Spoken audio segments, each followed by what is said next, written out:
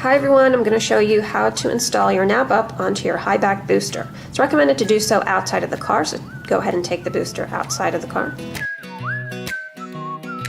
Now take the Nap-Up out of its packaging and please dispose of the packaging. You're going to take the head strap, put it aside for later.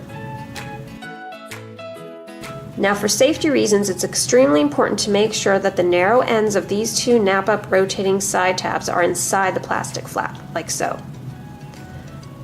Once you've double checked those, you can go ahead and unbuckle the straps and unravel them so that you're ready to install. Make sure the Nap-Up is ready to be installed with the tag facing this side up. Now take it to your high back booster and take the top strap and bottom strap and snap them together, hook them up in the back, and tighten the straps.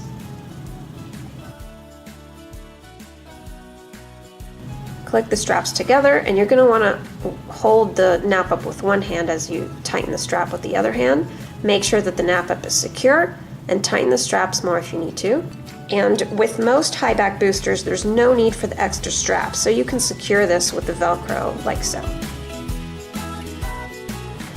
Take the head strap and secure it to the Velcro in the front. This is adjustable to your child's head size, and you're ready to go.